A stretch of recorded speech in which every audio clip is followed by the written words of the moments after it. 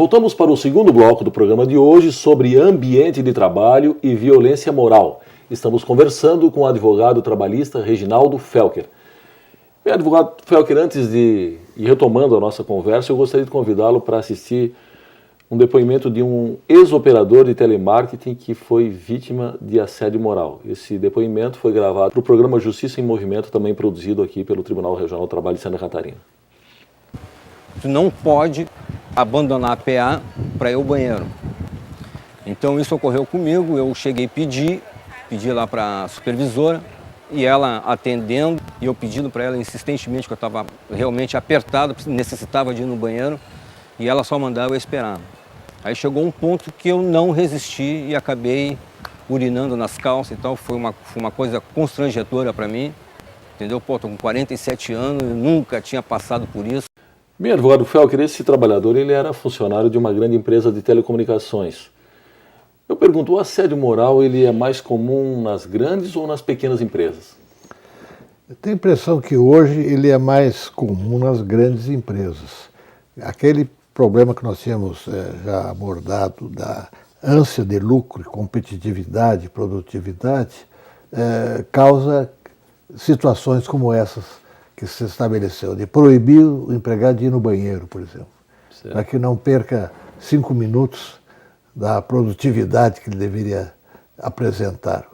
Então, esse desrespeito, seja nas revistas que são submetidos os empregados, a disciplina, a instalar câmaras de filmagem.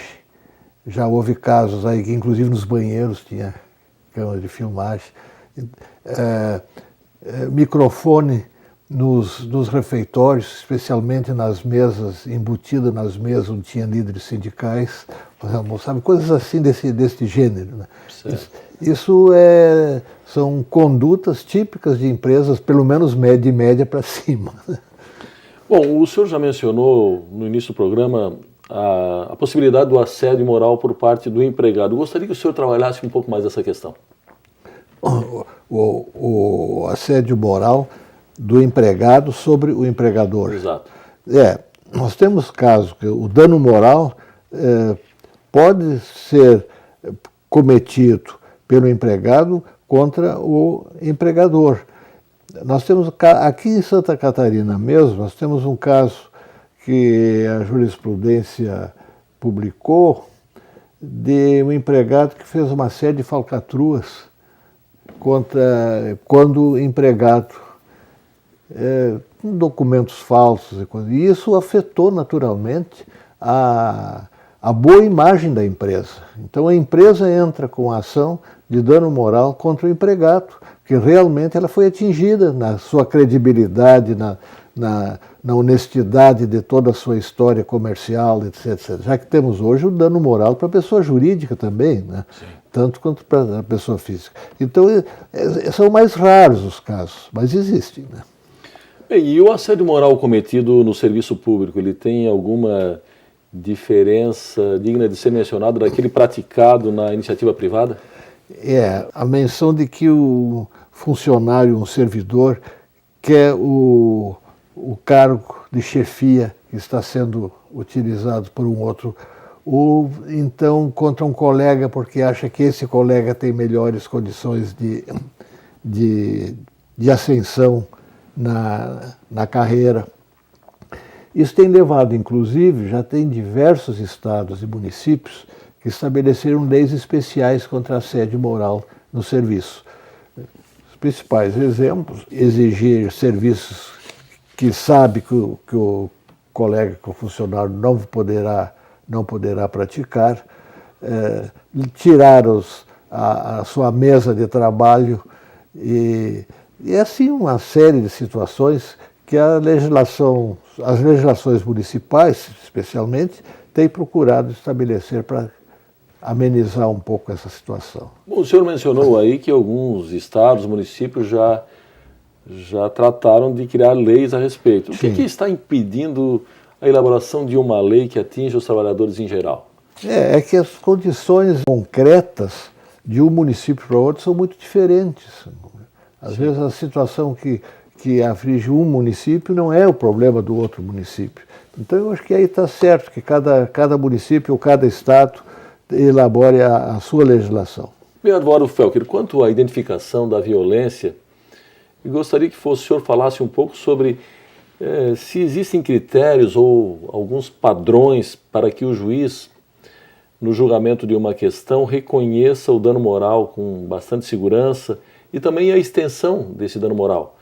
E quais as ferramentas que o juiz pode utilizar para avaliação de cada caso? Não existe nenhuma lei expressa que diga isso, não existe nenhum aparelho eletrônico japonês que o juiz possa utilizar para aferir esse dano moral. Advenha do seu critério através de um binômio, né? Através da razoabilidade e da objetividade. Ele vai ter que ver objetivamente no caso concreto, dentro de um critério de razoabilidade, se aquela conduta maculou a honra, a tradição do trabalhador, a sua família, afinal, todos os seus direitos fundamentais de personalidade, se foram violados ou não. Para isso ele tem que ter a objetividade da prática do dia a dia, da sua experiência. Daí é que também tem muitos casos assim, do juiz fixar numa quantia muito elevada ou muito aviltada a indenização, que é pelo mesmo problema que ele tem que aferir quais foram as consequências disso. Porque nessa condenação do dano moral, ele tem que ter três aspectos: o ressarcimento para o ofendido, uma penalização para o ofensor e o aspecto pedagógico, para que isso não volte a acontecer.